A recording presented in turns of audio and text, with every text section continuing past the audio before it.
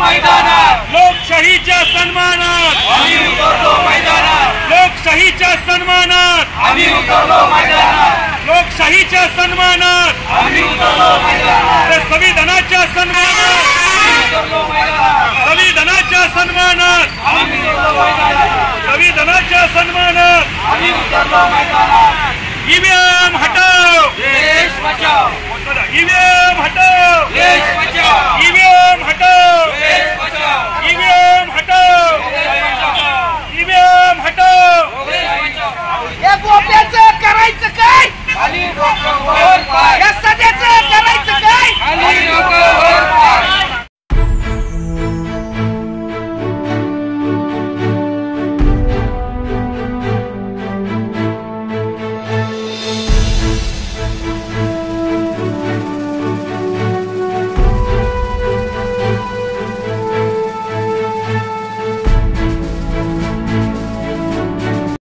कांचन राष्ट्रवादी काँग्रेस शरदचंद्र पवार पक्ष जे आम्ही केलेलं मतदान, आम्हाला पाण्याची त्या ठिकाणी कोणतीच सुविधा नाही आणि मतदान कुठं जाते आम्हाला कळत नाही।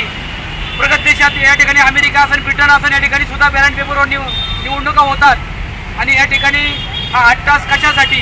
हे लोकांचा भ्रमनिरास झालेला आहे आज झालेल्या इलेक्शनमध्ये। त्यासाठी येणाऱ्या प्रत्येक इलेक्शनमध्ये बॅलेट पेपरवर मतं घ्यावा अशी आमच्या सर्व धुळे कांचन आणि पंचकोशीच्या नागरिकांची या ठिकाणी मागणी आहे आणि ती पूर्ण करावी। त्याचप्रमाणे मार्केटवाडीमध्ये जे सदाभाऊ खोत आणि गोपीचंद पडळकर यांनी जी घरं ओकली त्या दोन्ही मान्यवरांचा या ठिकाणी आम्ही जाहीर निषेध करतो। या ठिकाणी सरकारने त्यांची दखल घेऊन त्यांना आमदारकीची बंडतर्फ करावी अशी या ठिकाणी आम्ही मागणी करतो। आणि या ठिकाणी साहेबांचा आज वाढदिवस आहे।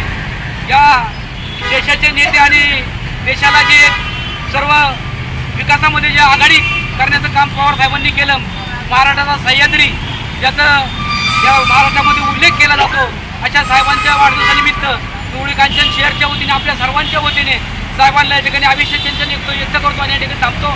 जय हिंद, जय महाराष्ट्र, जय राष्ट्र।